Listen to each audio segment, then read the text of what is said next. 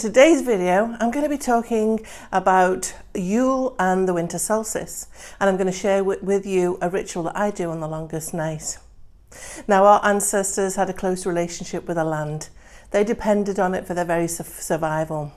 They worked the land and they ultimately understood the energy of the seasons.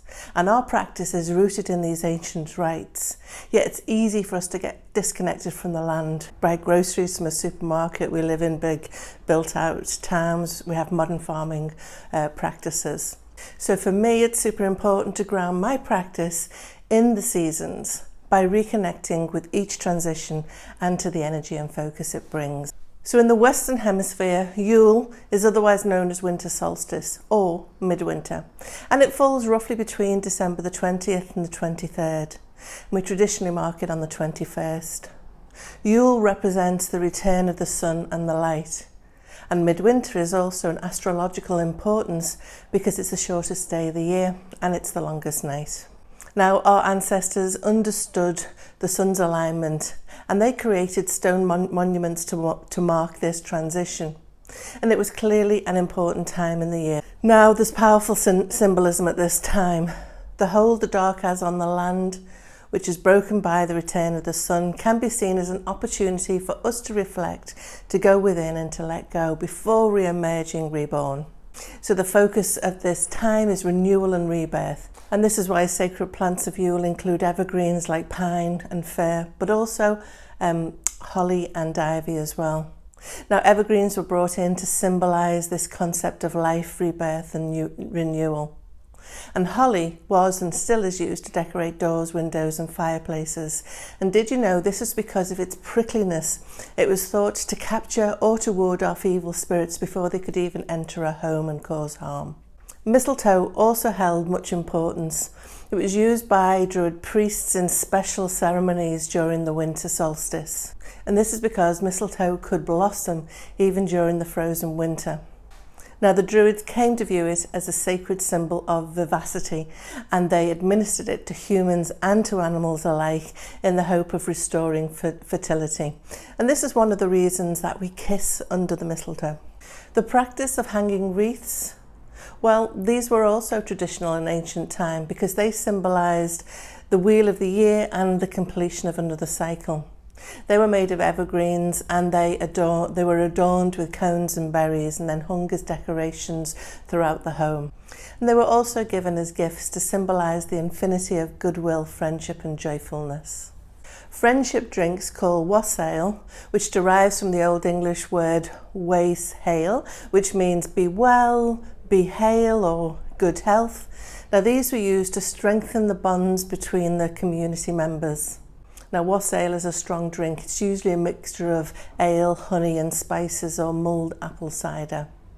Many of our Christmas, Yule and solstice rituals and traditions are very much in keeping with these ancient practices, and often we don't realise the origins of the customs that we use to this day. So whether you're a practicing witch or you're keen to create a stronger connection to the earth and her cycles, here's the ritual that I use to celebrate Yule and the solstice. Now, for the most part, I'm a solitary witch, so usually rituals are undertaken solo. But if you're working in a coven or you have a group of friends who also want to undertake some Yule rituals together, you will need to adapt these. So first things first, create a Yule altar. It might sound complicated, but really all you need to do is to find a flat surface that you can use to put together a collection of things that symbolise the season and have meaning for you. Now, the colours of Yule are red, green, white, silver and gold. So you can gather objects that match that colour scheme. Maybe a coloured cloth, some holly, cedar, fir, pine branches. Now, I'd recommend fresh if you can find it, as it smells delightful, but if not, fake will do. If you're gathering from a local forest or wood, remember to ask permission from the trees before you do. Ideally, gather the branches that the element of air gifted you. Now, that happened to me recently. I was teaching a winter kitchen witch class with my sister from another Mr. Matilda, and we needed some fir branches. I gave the trees a month's notice, telling them what I needed. And literally the day before I told them that I would be harvesting a few branches from them, we had a windstorm. And I was gifted with an abundance of branches. Now, crystals are a great addition to your Yule altar. Ruby, garnet, fuchsia, green aventurine, green calcite, pyrite and hematite are all great options. And then there's herbs, and there are herbs that are associated with Yule, like mistletoe, myrrh, frankincense, star anise, cinnamon, clove, coriander.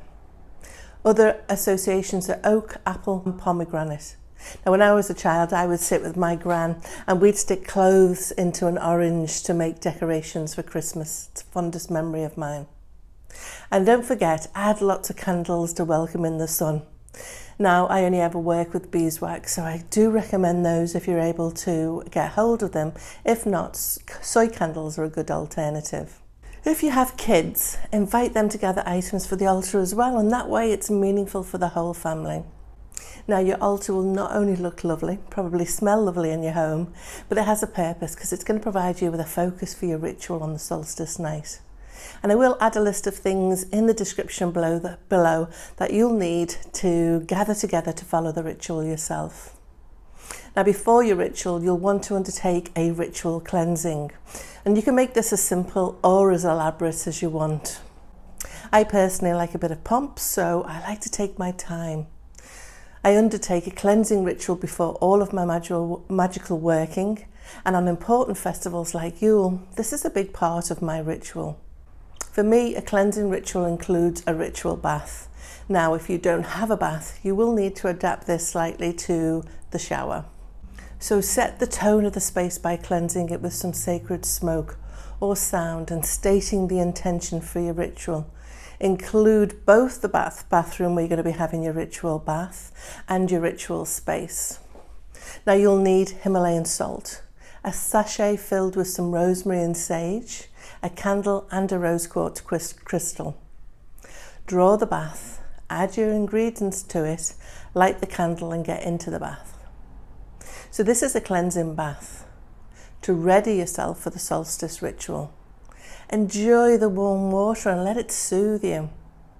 And ensure that you fully submerge your whole body, including your head, 3 times.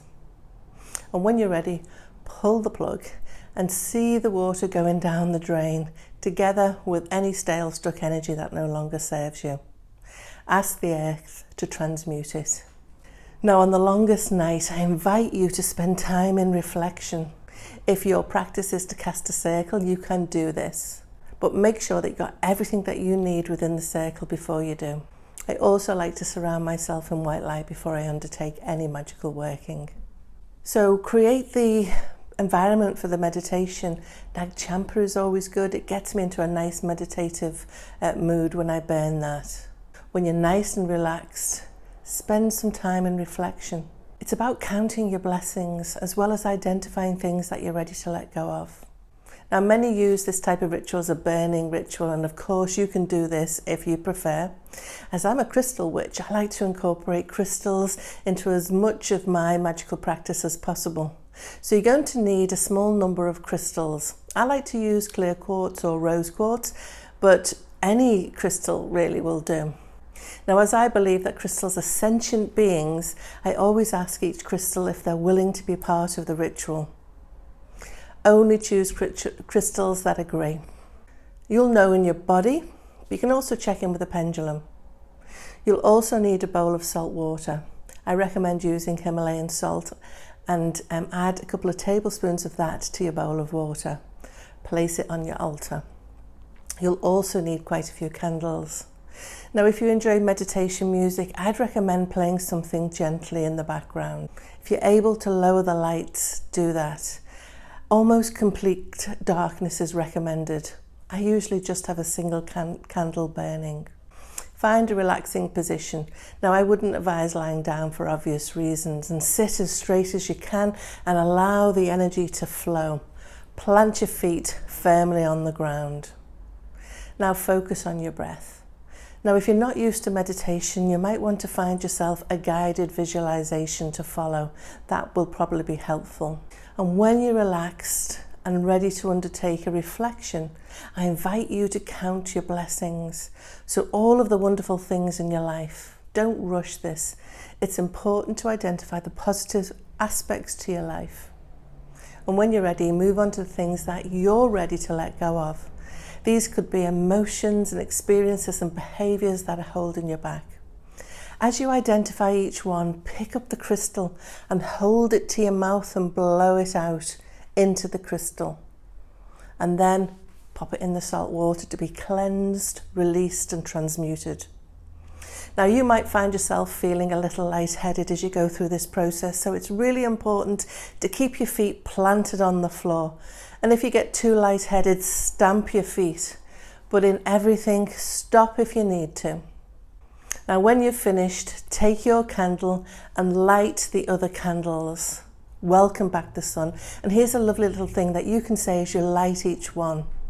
The sun returns, the light returns, the earth begins to warm once more. The time of darkness has passed and a path of light begins a new day. Welcome, welcome. So mote it be and stamp your foot. Now sit in gratitude for what has occurred. And if you cast a circle, you can devote it at the end. And then, well, it's time to feast and be merry.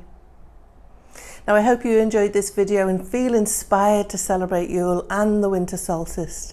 Please do subscribe and hit the bell to be notified of more videos like this.